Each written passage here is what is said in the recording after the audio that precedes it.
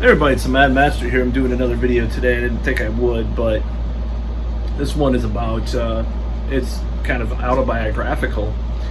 And I just wanted to go into what happened to me in the late 90s and like just kind of some personal stuff that happened to me, like, because I find it interesting to think about back in the day, like how I got back into the metal world and stuff like that. So I wanted to take a second to show the guitar too. Check out this guitar. It's another guitar I have. Anyways, this is not about the fucking guitar. No, I'm reminding myself of some of the really crazy YouTube channels where they just switch subjects mid-sentence. But anyways, that's a cool guitar, right? I had this guitar designed by an ex-girlfriend who designed the skulls and stuff on it. But anyways, that's another story altogether.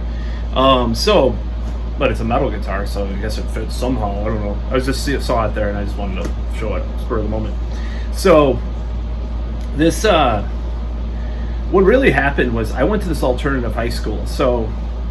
And they really did not like metal. Like there was this punk girl, this kind of crusty punk girl. Crust punk or crusty, you know, which is it an adjective or is it a description of the subgenre of punk? I don't know, maybe a little bit of both, because those punks got pretty crusty, you know, being out in the sun begging for change all day back in the day on State Street here in Madison, Wisconsin. So I'm doxing myself, I don't care. Anyway, so what happened? I went to this alternative school. Now you probably know what school I'm talking about, unless you're thinking about. There are several alternative schools in the area, but probably know what I'm talking about. You could probably dox me now and look me up, but whatever. I don't give a fuck. What happened was I stopped wearing metal shirts in about like late sophomore year because I heard the word Hesher from this guy, and you know people were throwing this word around. Was it sophomore year? No, it was junior year. It was like before junior year, and I can't remember. Oh, no, it was online because I was on these BBSs and stuff, and people were starting to use the word Escher. That's actually where I first heard it, not at the alternative school. But, like, it was like this stereotype of a person that would drive a Camaro and, like, they're white trash, and they just had no goals in life and stuff, which is ironic because a lot of these people were, like, punk ravers who did a lot of drugs and had no goals in life. So you're criticizing... I guess the punks had like a political point some of the time, like, oh, Heshers don't care, they're just, you know, out to like, you know, be like Beavis and Butthead and listen to Metallica and laugh at everything that's bad or something. I don't know. But so I stopped. So I had some friends though that were kind of going the 90s route at the time. You know, they were getting into more alternative kind of stuff, but not like, it wasn't necessarily like mainstream alternative. It was like more, you know, post-punk, gothic rock, industrial kind of stuff, which I'm still into, by the way, because of this era that happened. I'm still into. I just bought a Lords of the New Church album. You know, I mean, I'm into a lot of that stuff. I still am, you know. So it wasn't like it was just like this phase where I got out of metal and metal wasn't a phase in the first place.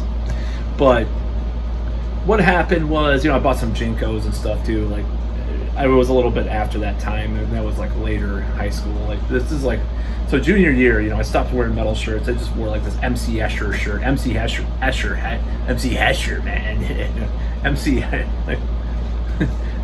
It's a metal band called MC Escher.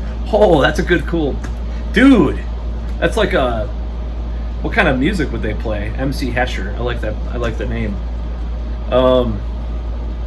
It's like MC Escher, but MC Escher. But anyways, I wore shirts like that. I had a Doors shirt. I used to call myself the Lizard King, and people made fun of me like for a while because I wrote it on my notebooks and stuff. That was when I got kicked out of the alternative school and went back for a quarter at the regular high school.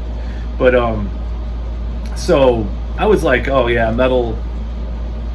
I was like kind of, I still listen to Iron Maiden all the time. You know, I bought the X Factor when it came out. Oh, now I'm dating myself. You know, I listened to it on my CD Walkman in high school and stuff, and, you know, smoked weed and like listened to that. I made fun of it too at the same time, but I still liked it. So what had happened was, I got into like the goth industrial thing, sort of, wore a trench coat and stuff, and like got into a lot of the stuff back, back in the day about, like there's a lot of stuff like Skinny Puppy and not Throbbing Gristle but Coil and like Aphex Twin and stuff like that. I think that was a little later, but I'm trying to remember the trajectory of that. But yeah, I started getting Joy Division, Sisters of Mercy, Ministry, stuff like that, and I still love that stuff. Especially Sisters of Mercy is one of my favorite bands, because you probably seen me in the shirts, in this video. But in these videos. So I got into this shit like, and I tried to like stop. I sort of tried to stop listening to metal. See, I'd kind of gotten at a peak of listening to metal at the time, because I was limited because I was kind of Christian, flirting with kind of a pseudo new age Christian kind of thing, where I wouldn't listen to satanic bands except for Danzig, because he was more esoteric, I called him. They did like this English essay in freshman year where I said, well, Danzig's not a Satanist, he's esoteric, like he's more he's like smarter than Deicide. But there was this satanic death metal cover band that played this youth club called Lysergic, and me and my friend at the time, one of my friends at the time, or well, he's still my friend, but we went to their shows, and they played Morbid Angel and Deicide covers, and I fucking loved it, but I didn't want to admit it. But I would go anyways, but I didn't own any Deicide or Morbid Angel at the time, so I was kind of like mum about my closet love of that. It was in the closet, about satanic death metal. So I was very limited. I didn't even know about like a lot of power metal. I knew about Halloween, stuff like, I knew about Halloween because my brother had the tape, like Keeper 2. I knew about Queensryche. I still listened to like, I didn't have any Halloween, but like I listened to like Queensryche a little bit, I think, still once in a while, and some of those bands. I'm trying to remember exactly what I listened to. A lot of Iron Maiden, my friend got into Slayer. I was listening to that. I listened to that stuff still, Megadeth, Metallica and stuff. But like, and Testament, even like the first album, Legacy. But like, I tried to like really like try to make it more eclectic and more fucking like more variety, because everybody was giving me shit about, oh, you listen to too much metal, blah, blah. You got to play other styles of music too on guitar, blah, blah, blah, blah, blah. So I tried to do that. I got into a lot of 60s stuff too, like Doors and maybe Hendrix, Iron Butterfly and stuff, and shit like that. This is just like over the trajectory of high school. I got into like Hellius Creed and Chrome and shit and all this just crazy stuff like at the later on in high school. So I'm just talking about like the trajectory of high school, how it went. So shortly after high school, my friend, one of my friends, he got into like Cold Meat Industry, which is like this label that had like all this dark wave shit and like cold wave and all this stuff. And there was this guy named Mortiz who had some albums. He got into like some of these industrial, he did like an album, this guy. I'm not going to say who he is because I don't want to dox him, but he got into like, he did like a project, like an industrial project, and he got some underground acclaim for it too at the time, like a little later actually, but he got into all this stuff, and like Mortiz was like, did Crypt of the Wizard, he played it and stuff, and like he heard that he was, and he at the same time he was like, because the guy was into like Pantera and like I think he had Once Upon the Cross by Deicide. Like he liked it earlier, but he didn't like a lot of the 80s sounding metal and stuff at the time. But that didn't happen until later. So what had happened was both of my friends, my best friends in high school, my three best friends in high school started to get into these European bands.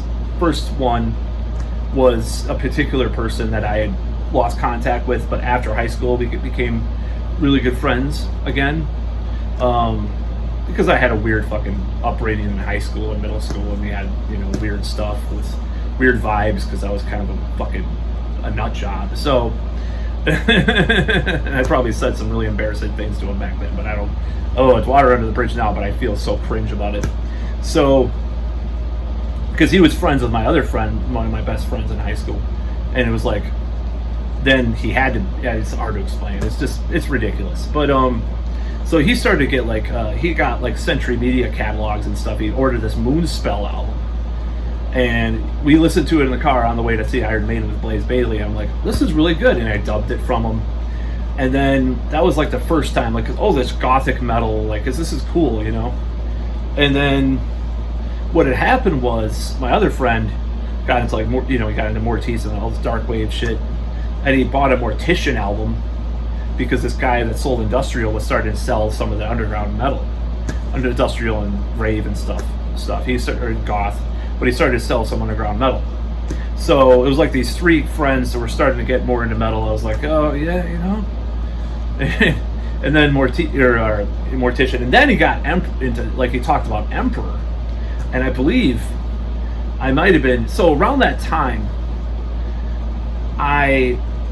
this is what happened. So my other friend was in the King Diamond and Manowar, and in high school I bought Melissa by Merciful Fate, and I threw it away. I think I talked about this in another video, how I used to throw away albums because I thought they would possess me, or this is fucking nuts. I know, like, or like my OCD, like they would make me do something bad, like, because one time I was in high school, I was listening to Hell Awaits, and I was on a bridge, and I was like, I should jump off that bridge. It was like one of those OCD kind of flashes and shit. Just trigger warning right here, but if you have OCD. So just like these obsessive thoughts and shit. I'm just saying, because I do have diagnosed OCD, by the way. I was fucking like 2016. Maybe I half diagnosed myself, and then the shrink wrote the fucking note. I don't know. I'd have to go back to another shrink and see. But it's pretty funny to talk about. So then I went to, but yeah, it was like, but that's my favorite Slayer album now. Like Hell Awaits. I don't fantasy and reality, because I was so like such a loner and stuff at the time. I did have friends, but I would spend a lot of time alone. So like sometimes it just kind of blended together. I was so in my own little world and shit of imagination. So sometimes it went a little dark, but thankfully I got out of that pretty quick. It was just this weird phase. Probably from watching the 700 Club when I was young, because they talked about how, you know, music would possess you and shit. You know, Christian conservatives and Christian, you know, the evangelicals and shit. So then what happened was, so this is like late high school, and then after, so the Moonspell thing, we went to see Iron Maiden. That's when I first heard Moonspell and some of that European metal, Century Media catalog and stuff like that. And my friend was like talking about Emperor. He was going to buy some. And around that time, I don't know, it was like after high school, 90 something to 90 something. I'm just going to say, I probably already know. Okay. Like mid to late, or like late 90s. Okay. So it was like, was it a year after high school, or was it a year after that? No, it was like a year after high school. I had the Necronomicon, and I bought the Satanic Bible for some reason. And around that time, I was starting to like, I don't know what this was like. This is part of my losing my faith in like like Christianity or whatever. But I read the Satanic Bible around the same time as I was starting to like. Then King Diamond, I was like, fuck it, I'll listen to King Diamond. I remember like they were like at home. My mom was fixing the floors to sell the house that we were living in. And that's around the time where I started to buy all these King Diamond albums and Merciful Fate, like Time. And I was listening, like I had to sleep downstairs one time, and I was listening to Time, like, and the smell of the Lysol or whatever. I just remember that, listening to Merciful Fate. It's just these weird memories. So I think I read the Satanic Bible. I was like, okay, so this, you know, the Christianity thing is bullshit. Like I'm not a Satanist, but like I understand it now. And then those were the first albums that I bought that were metal in a long time. It was even before Manowar. So, as I mentioned Manowar and King Diamond before, because that's kind of fits with some of these guys that like. There was like these types of people that like both of them at the same time. Like for some reason in high school, like this dude from Russia, and like it was hard to explain, but like then he got into like Cypress Hill and shit. You know, this is the kind of stuff that happened in the '90s. Like you would listen to like early high school, you wouldn't know any better, and then you would listen to the cool thing like Cypress Hill or Rage Against the Machine or whatever the fuck, you know. Anyways, so That's why it bothered me with an ex that was into metal in high school, and she's like, I'm gonna listen to something more advanced like Lady Gaga or David Bowie. Like, David Bowie's fine, but I'm just saying, like, fuck you, you know? She still had her Opeth CDs and shit. Anyways, so this whole thing, like, I'm trying to remember the trajectory, but there were 3 albums I bought in that came out in early '97, like the late winter, early spring, and this was like the turning point. Was that winter, or was it? Yeah, it was around that. Like that. It was like starting this like the fall, and then the winter is when I first started buying these King. It was '96. Okay, it was '96. I was out of high school, the year I graduated. Okay, so I bought like King Diamond. I started buying these King Diamond Merciful Fate CDs from this used store that was right by the Walgreens that I worked at. And people probably know what the fuck I'm talking about. Disco Round or whatever the fuck it was called. I can't remember. But anyways, they later became a gaming store, and then I don't even think that's open now. So there's all sorts of combos. There's all sorts of condos being built and shit. This is fucking bullshit. But anyways, all the rich people for their corporations that moved to Madison and stuff. So anyways, or like people, you know, kids graduating college and they work for this one company, which I won't mention, which has been accused of being kind of a cult. But anyways, a cult, not occult. But anyways, so the turning point were these 3 albums, or these 3 CDs that I bought from this Razor Room, which was the place that I bought it from. Anathema's Eternity. Amorphous' Tales from the Thousand Lakes, and Emperor's, not Anthems because that wasn't out yet, Reverence EP. And those 3 albums were like, holy shit. Like, I was like, it was like a revelation. Like, what the fuck is this? And it was like, how did death metal become melodic? Like, it sounds a little like Iron Maiden. Like, I knew about Carcass Heartwork because I got that when I came, you know, like a year after it came out, and I got obsessed with it. And one of my friends stopped talking to me for 3 days because I wouldn't stop talking about Heartwork. Like, I was obsessed. And then but these 3 CDs, and I remember like one time in the midwinter, like listening to the Reverence with these candles on in my room, and like, and Anamorphous. I was like, oh, and Eternity, like all those three CDs that I got. That got me back into metal, basically. Like, I know Merciful Fate came down, but it was like kind of a side thing. But like, those 3 CDs got me back into metal. I was like, oh my god, there's something going on here. Like this, I've never heard anything like this before. And then even had the CD-ROM video for Lost and Curse of Reverence, and I watched that. I was like, wow, what is this shit? Oh my god, what the fuck? This is crazy. It's like classical music and shit.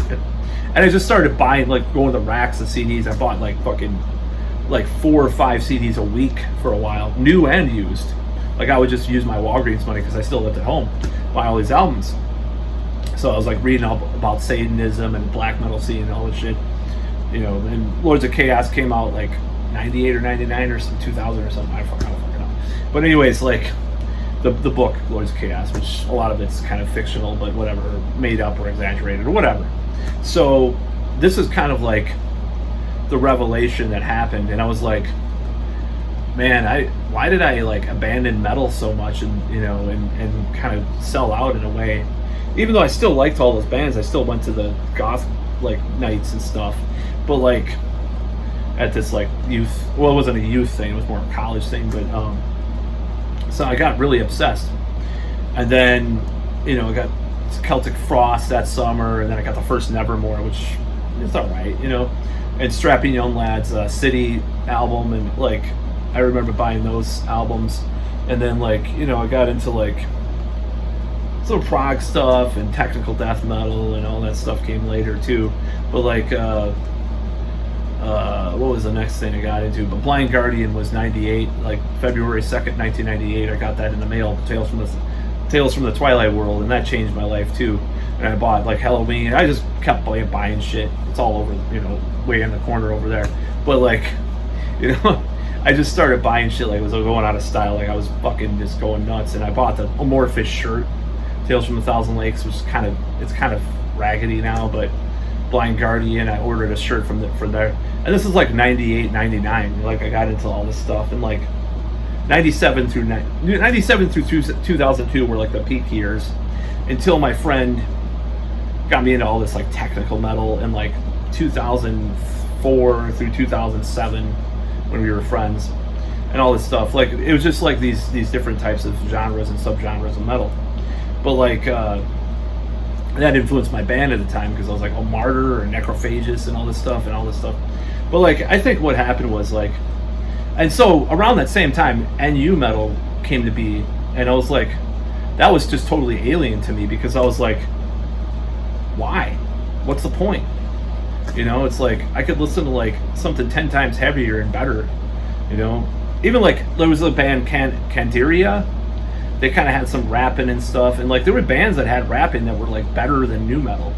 There were, I mean, even back then, like there was these bands that came out, you know, that had like that nu metal. Like you can call them, I guess you call them groove metal or, you know, nu metal, but they were better than a lot of the stuff that was on, you know, the Korns and the fucking Triscuits and the, you know, whatever. But you know what? I actually did a nu metal parody called Peas with my friend who's now deceased, unfortunately.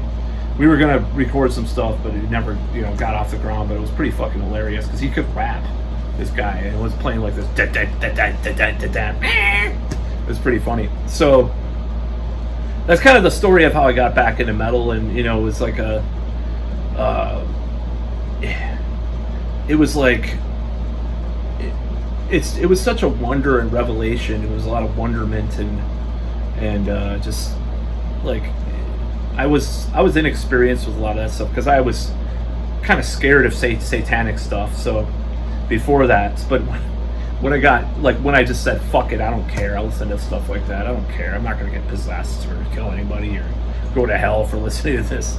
When that happened, it just opened up a cornucopia of stuff, you know, and like, but I got into a lot of shit. In Flames, I bought Jester Race. I remember taking that home.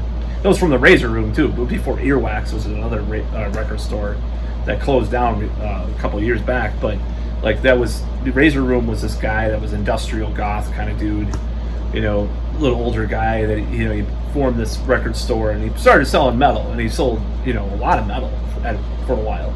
But then Earwax kind of took over and they sold punk and metal, mainly metal after a while though, because like there's only so much punk you can sell or hardcore.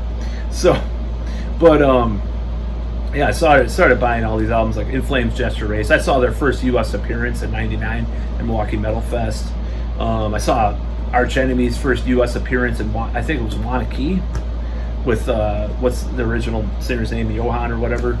I saw fucking Blind Guardian's first U.S. appearance. I saw Gamma Ray's first U.S. appearance. Pain of Salvation, fucking all this stuff. I saw a lot of stuff, a lot of good concerts, you know. And I met all these bands. I met Dream Theater. I met Uli John Roth. I met Devin Townsend. I met Dave Mustaine, which is probably the most hilarious experience I had. You know, all these bands and stuff. And Judas Priest, which I don't have the signatures yet left, but my friend does, so he can back me up on that if nobody believes me. I met them backstage once, and I really regret losing their signatures. I don't know where the fuck that went. And on my wall over there is a picture of Body Count, because I met them too, and I got their signatures. So I met a lot of bands. Like after I got back into metal, I was like really a fiend about, you know, after a while, like it started me. I mean, it wasn't even on purpose. Like just I would sometimes, like at Metal Fest, you would run into someone. Like I ran into some guys from Enslaved, or maybe they were doing a signing. I can't remember. But signings weren't as common like in the late '90s, early 2000s. Sometimes it would just be like they would impromptu go ahead and sign stuff. It wasn't like you had to pay for a special ticket for the signing and shit. That didn't happen more till later. Obviously, with the music industry going down, that was kind of a incentive to have that going. But like that was kind of like, it was kind of cool having all that stuff happen. I wish I would have gotten into metal, or more into underground metal in the earlier '90s and stuff. Like I had the correct, I believe, I can't nobody can back me up on this, and it may be some kind of weird twisted memory, but I swear that I may have had the infamous Kerrang black metal issue from '92 or '93, because I remember reading about some of that stuff back then. I was like, whoa, this is messed up, and I thought it was just some niche like weird thing I would never like back then, because I remember like there was this kid in my biology class who was sort of tentative friends. He hung out with a popular crowd, so he probably couldn't be seen with me like outside of class, but you know, it was kind of fucked up back then. But like, you know, he was kind of cool too. Like he liked anime and stuff. He told me about Appleseed, and I bought an issue of that and shit like back in the day. But I swear, like I brought this, like, I don't know if it was French. It might have been French class. This is what I remember. For some reason, I think of middle school, but it was actually probably high school because I wasn't. That issue didn't come out in 90 or 9 whatever. The one trying to cover up my age again. 90, 2000, 90, not you know. Anyways, but I had that issue, and I was talking about, like, I had the Sam Hain Initium tape, and I was like talking about this, you know, is this, they talking about this black metal stuff. He's like, that's, and then I pulled out the tape to listen to on my Walkman. It's like, that's blood metal. So I remember this specifically, and that was regarding that magazine. So I knew I sort of knew what I didn't know what black metal was. I had forgotten by the time I got into a lot of the black metal, but like I knew that this incident sticks out in my mind, where I had that Kerrang issue, which is like $900 or something on eBay now for, you know, near mint fucking edition or whatever. It's pretty crazy. I mean, you can read the articles anywhere, but having those magazines, like some of the magazines, I got a Metal Maniacs subscription around that time, late 90s. And some of those issues that came out were awesome. You know, they had the Emperor. One of my favorites was the Emperor, where they're wearing all the medieval armor and shit. And like, that was one of my favorite issues ever. Like, I still think I have it somewhere, but like, that was awesome. I loved that issue. And I got into a lot of bands. Like I said, like I got into Anathema because I read Metal Maniacs. I read that Eternity, and it was like, oh, this band sounds like Pink Floyd, but they're like more gothy and the more depressing and more doomy. I'm gonna buy it, you know. I was obsessed with that album. I was obsessed with the, you know, that, and I didn't like the album after that as much, or anything after that, because that was my favorite one. It still is to this day, Eternity by Anathema. And, you know, I got into all those bands, but like my friends started getting, but I should go back to my friends, circle back to them, because they had gotten into a lot of stuff. Like my friend, you know, bought a lot of Century Media stuff, got Iced Earth, was into Manowar, got me into Manowar, but Manowar kind of coincided with Bathory, because I heard Bathory's stuff before I heard the early Manowar, and then I heard early Manowar. I was like, that sounds like Bathory, and I put the two together. And then because the first time I heard Manowar was like on this like on-demand service that one of my parents had, and it was like Triumph of Steel, and I was like, this sounds kind of cheesy, you know, like I didn't like it because I didn't like the production was way too clean, in my opinion, on that album for getting into Manowar, because I thought, but when I heard the early stuff, that was when I got into it. And then some of that stuff started to grow on me, the later Manowar. But yeah, that's kind of the story. And then, you know, we went to concerts a lot at that time, you know, a couple times, you know, like 5-6 times a year, depending on the bands that were playing and stuff. Like, as far as like traveling to Milwaukee for concerts, that's what we did. And there's a lot of bands that played. You know, saw King Diamond, saw Merciful Fate. I saw Merciful Fate on the last night of the 9 tour, so I was lucky to see that. I still have the shirt, you know. And then I got it. You know, we saw a lot of bands. I missed a couple of bands that I regret to this day. I don't want to go into what happened with that. It was a Milwaukee Metal Fest that there's all sorts of issues happening, and I missed Emperor. I'll just say it. I missed Emperor, and I missed a lot of those shows. But like I saw a lot of good shows too, but you know, it was kind of crazy. But that's kind of the story of me getting back into metal, because that's what happened to me. And I'm happier that I did, because I tried to suppress it for a long time. I tried to actually suppress metal. Like I just didn't like admit to liking it. I mean, I don't think I ever lied, but I'm just like, I wouldn't like be out in the open about metal, because it was really shameful to like metal in like the mid 90s and stuff. Like, you're a hasher, you know, ugh, you're trash. Ugh. Like this Blind Melon interview where they're bashing Dream Theater and stuff. It's like, that was kind of the or where Lars says he hates metal, or they're not metal, or stuff like that. You know, it's like that kind of stuff was commonplace back then. If I could pay someone for this one, this is a magazine. I don't think it was Kerrang, but I think it's either Metal Hammer or Kerrang. It might be Kerrang. It might be that or Metal Hammer. But my friend had this issue. I remember in gym class reading it, it was either in gym class or maybe it was at this place called Pick a Book that used to be here. But basically, it was, I don't think it was Al Jorgensen, but it was someone, maybe it was Al Jorgensen. Someone was being interviewed, and like, or maybe several people. It was like one of those things where we got to change the name of metal to hard music or to aggro or something like that, like because the name metal, heavy metal, is associated with the terrible 80s and all this stuff. I was just like, and by now obviously people are obsessed with the fucking 80s. Like it's just, it doesn't end. Like it never ended. Like we've had 80s nostalgia for like 20 years now, and it has not subsided. And obviously, like this year is like the worst almost. Like Kate Bush going to the top 10, like fucking Top Gun sequel making more money than any movie in I don't know about history, but like any movie like in 20 years. And then you have like Stranger Things and Synthwave and all these bands, or even pop bands sounding 80s and all this shit. Still, even after like Taylor Swift or one of those fucking artists or whoever the fuck they are, I don't even know. They did like an album called 1989 or whatever, and that was like 15 years ago or some shit. People are just obsessed with the 80s. It's like the carcass that will not, the bloated carcass that the vermin are feeding on forever. You know, it's like it'll never end, I guess, for people. They love the 80s. I mean, fuck. I've never seen a decade that's that like, fed upon than the 80s. Like it's insane. But thinking back to the 90s where they just hated the 80s, everything 80s associated, you know, it's like there was Goth Girls in the Circle. There was this band called Avernus.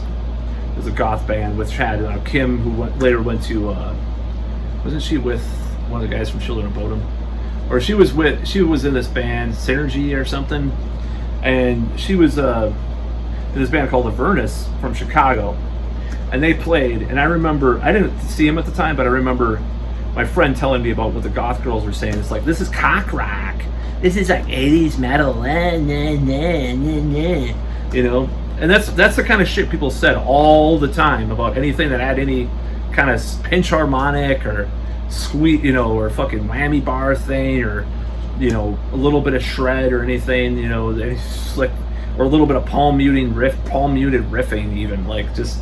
People are just so fucking like anti-metal. It was just a weird time, and half of them, like, the thing that bothers me more with that is like when later on they almost pretended to never like not like metal.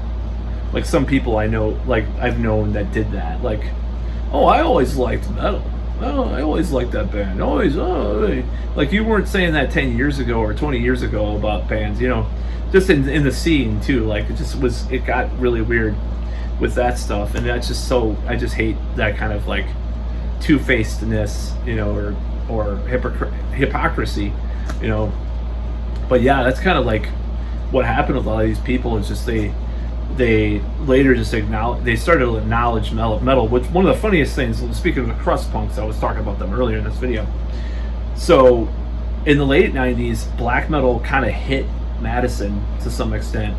There weren't a lot of black metal bands ever in Madison. There was this one band that I played guitar with, the guy who was deceased, unfortunately now too, but I played with him in a different band called First Dose in the early to mid 90s, and I can't remember what year it was. Like, it was one of my early high school bands, you know, and stuff. And he played this Black Goat was his band he was in.